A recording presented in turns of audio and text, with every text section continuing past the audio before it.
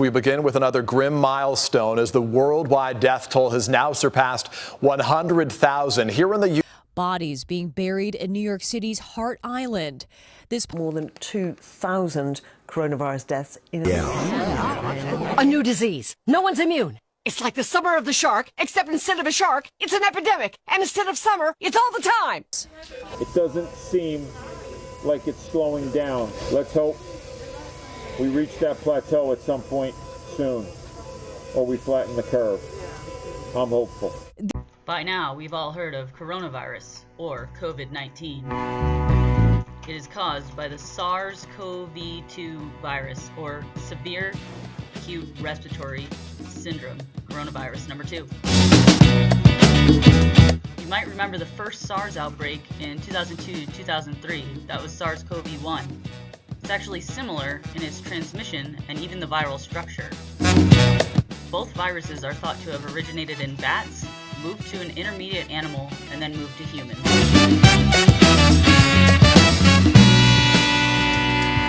House cat flu is coming, people. The Center for Disease Disinformation predicts with some degree of probability that the house cat flu might spread in the following hypothetical outbreak pattern. So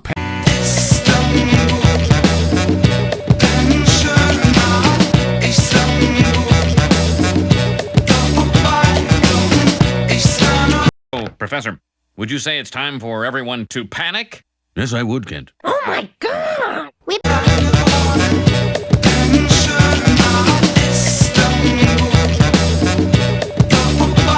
The virus is transmitted via droplet, fomite, or on surfaces, and it is possibly airborne. We're uncertain about that. Do you know the #1 cause of death in the hospital? Your breath? Infection. And do you know how quickly infection spreads in a hospital? Your breath? That doesn't make sense. Don't care. Look, infection can start with a simple sneeze.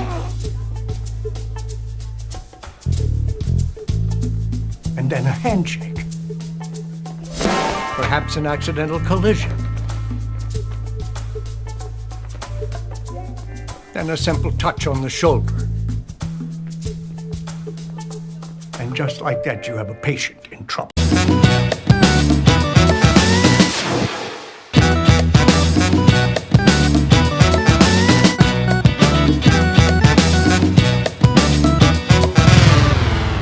coronavirus has these spike proteins. What happens is the spike protein attaches to ACE2 receptors on the alveolar cells in your lungs. They go inside, they replicate using that live cell, then that cell dies in the process.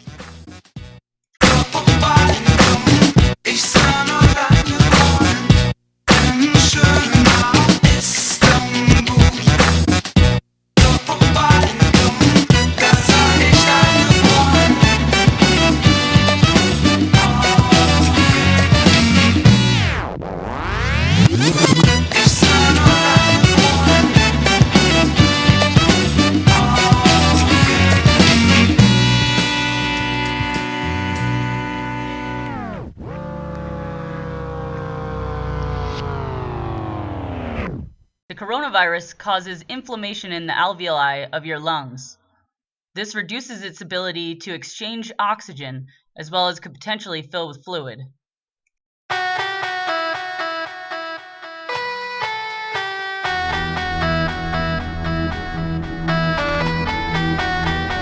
Humanity must endure. General, it's worse than we thought. The virus is getting bigger.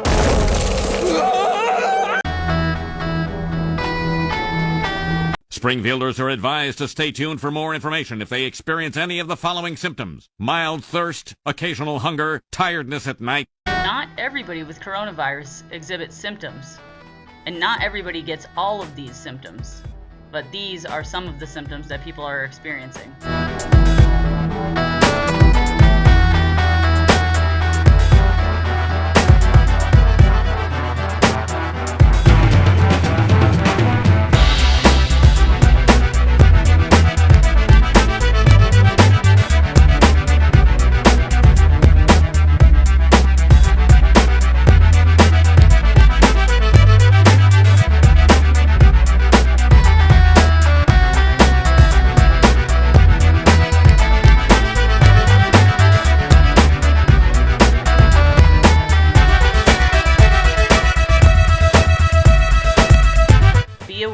treatments are constantly changing. And do your part and stay current.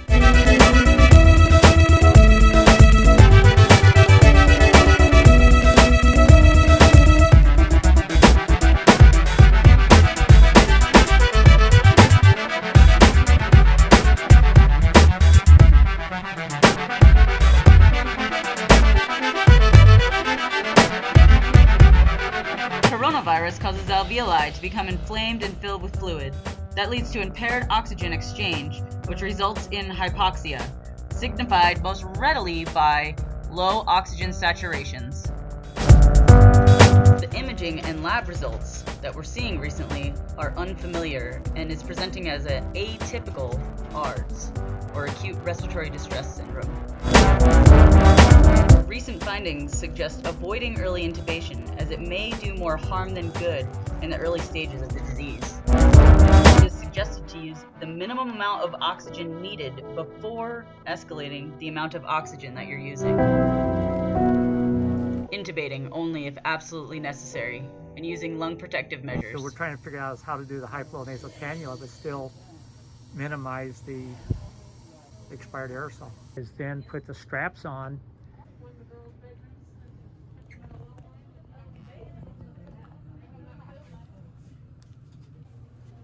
Ready? Oh, okay, crank it up.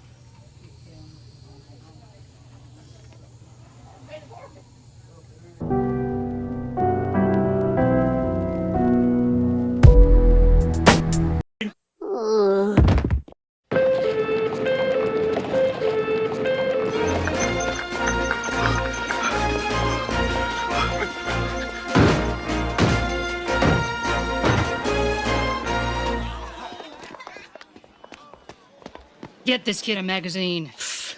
Step.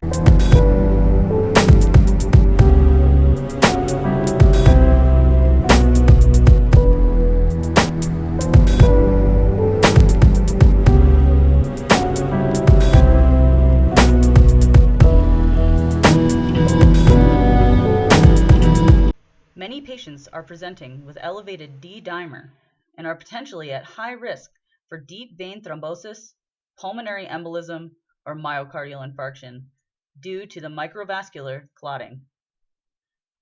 This also may explain some of the sudden deaths that we're seeing.